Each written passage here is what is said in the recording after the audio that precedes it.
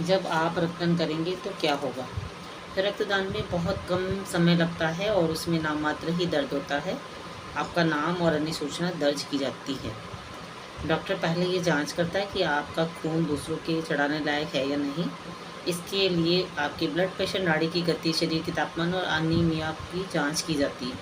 आपको रक्तदान करने वाली जगह पर ले जाया जाता है और आपकी बाजू को एंटीसेप्टिक से साफ़ किया जाता है। आपकी बाजू में से 350 मिलीलीटर खून लेकर एक कीटाणु रहित प्लास्टिक बैग में इकट्ठा किया जाता है। सुई और बैग एक प्रकार इस्तेमाल करने के बाद फेंक दिए जाते हैं। रक्तदान की प्रक्रिया में लगभग 5-8 मिनट लगते हैं। रक्तदान के बाद आपको हल्का जलपान दिया जाता है। याद रखें कि रक्तदान के कारण शरीर के द्रव्यों में हुई कमी 24 घंटों के अंदर ही पूरी हो जाती है। तो भाई आज की जो ये रक्तदान कार्य की बारे में मैंने जो सुना है बहुत ही अच्छा है। तो जी भाई कटे हो, मैं बहुत ही अच्छी चीज़ आज आपने बतावा जा रही हूँ जो मैं आज पढ़ी हूँ कि रक्तदान देना चाहे अपन है और रक्तदान करना चाहे आप के कर रहे हो ई टाइम। मैं तो बहुत अच्छी पुस्तक पढ़ रही हूँ जी। थोड़ी सी नॉलेज भी होए तो रक्तदान देवा जावा तो आसान रहे। तो आज तो मैं बहुत अच्छी पुस्तक पढ़ रही हूँ और आप कटे हो आ जाओ। श्री भगवद माध्यम 7वें अध्याय का माध्यम भगवान शिव कहते पार्वती मैं 7वें अध्याय का माध्यम बतलाता हूँ। जैसे सुनकर कानों में अमृत राशि बढ़ जाती है। पाटलिपुत्र नामक एक दुर्गम नगर है जिसका पूरा ऊंचा है। उस नगर में शंकरण नामक एक ब्राह्मण रहता है। उसने वैश्य सुनते लेकर बहुत ही धन कमाया, किंतु ना तो उसने कभी पितरों का तर्पण किया, ना ही आशा लेकर तर्पण किया और ना ही देवताओं का पूजन किया। वह धनोपचान तत्पर होकर राजाओं से ही भोज किया करता था। एक समय की बात है जब ब्राह्मण ने अपना चौथा विवाह करने के पुत्रों और बंधुओं के साथ यात्रा की। मार्ग में आधी रात के समय जब वह सो रहा था तब उसे कहीं से आकर उसकी बाहें काट ली। सर्प ने आकर उसकी बाहों में काट ली। उसके काटते ही ऐसी अवस्था हो गई कि मणि मंत्र और औषधि आदि से भी उसके शरीर की रक्षा नहीं कर पाए। आधे जान पड़ी।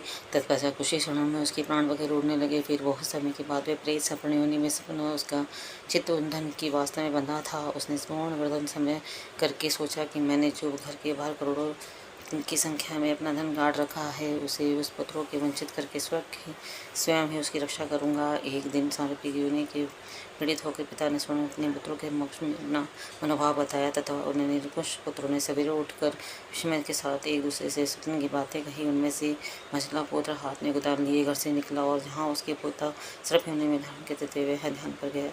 यद्यपि उसे धन के स्थान का ठीक ठाक पता नहीं था, तभी वे उसे चिन्हों को ठीक ठाक निश्चय कर लिया और बुद्धिमा पहुंचा। भाभी को खोदने का आरंभ किया। तब उसने भाभी में से बड़ा सर्प बाहर निकला और बोला, ओ मोड़, तू कौन है, किस लिए आया है, कि उस बिल को खोद रहा है, अतः किसने तुम्हें भेजा है, ये सारी बातें मेरे सामने बता। मैं आपका पुत्र हूँ, मेरा नाम विश्व है, मैं रात में सपनी वजह से पुत्र को लाया हूँ। उसकी वाणी सुनकर वह सर्प हंसता बोला, उच्च स्वर में वचन दे, यदि तू मेरा पुत्र है तो तुझे शीघ्र ही बंधन से मुक्त कराना होगा। पूर्वजन्म में गड़े हुए धन के लिए सर्प में उत्पन्न हुआ हूँ। पिता ने उनकी मुक्ति कैसे होगी, इसका उपाय मुझे बताइए। उसके रात सब लोगों ने छोड़कर उसके पास आया। बेटा, गीता जी का अमृत सप्तम अध्याय को छोड़कर पहले मुक्त कराने के तीर्थ दान तप और यज्ञ में भी सर्वथा सम्मत नहीं है। केवल गीता का 7वां अध्याय ही प्राणियों की जरा मृत्यु आदि दुख को दूर करने वाला है। हे पुत्र, मेरे श्राद्ध के दिन सप्तम अध्याय का पाठ करने वाले ब्राह्मण को श्रद्धापूर्ण भोजन कराओ, इससे निसंदेह मेरी मुक्ति होगी। अपने शरीर के अनुसार उन्हें सदा सर्व वेद विद्याओं अन्य ब्राह्मणों को भोजन कराना था। सर्प योनि में पड़े पिता के वचन सुनकर सभी पुत्रों ने उनकी आज्ञा अनुसार उनकी अधिक क्रिया था।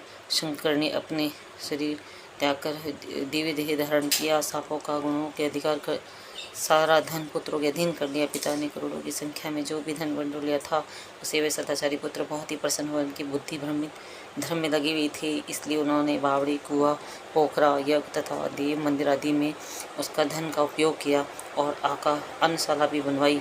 तत्पश्चात अध्याय का सातम जप करते उन्होंने मोक्ष को प्राप्त किया। पार्वती जी, यह तुम्हें 7वें अध्याय का माध्यम बताया गया है जिसके श्रवण मास मानव सब पातकों से मुक्त हो जाता है। जय हो। देख भाई, वो अध्याय 7वां पढ़ी हूँ मैं और अब चल रहा है श्राद्ध। तो भाई श्राद्ध के मायने आपका पितरा ने अगर वो 7वां अध्याय आप सुनावा नहीं तो माने बहुत ही जीव योनि में वो माने मुक्ति मिले और इससे बहुत ही सुख समृद्धि घर में आवे, पितृ देवता आपका पितृ भी शांत रहे। तो भाई एन का पाठ करना चाहे। खुशी तू भी पढ़ियो ब्लड के बारे में, तू तो मैंने बताई, बहुत छोटी बात बताई। अब मैं जो थने 7वां अध्याय को माध्यम पढ़ कर सुनायो, तने समझ में आयो ने आयो तो ठीक, तू भी इन्हें पढ़िया कर, ठीक है ना। खुशी पूरा श्राद्धा के मायने आपका पितरा वाला दिन में आपाने की करना चाहे कि 7वां अध्याय वाने जरूर सुनाना चाहे, जिसे वाने शांति मिले और जो यहाँ की पितृ योनि है, जो यहाँ की योनि से वे मुक्त हो जावे। तो ये से उनका काम तो अपन ने करता रहना चाहे। राधे राधे सा।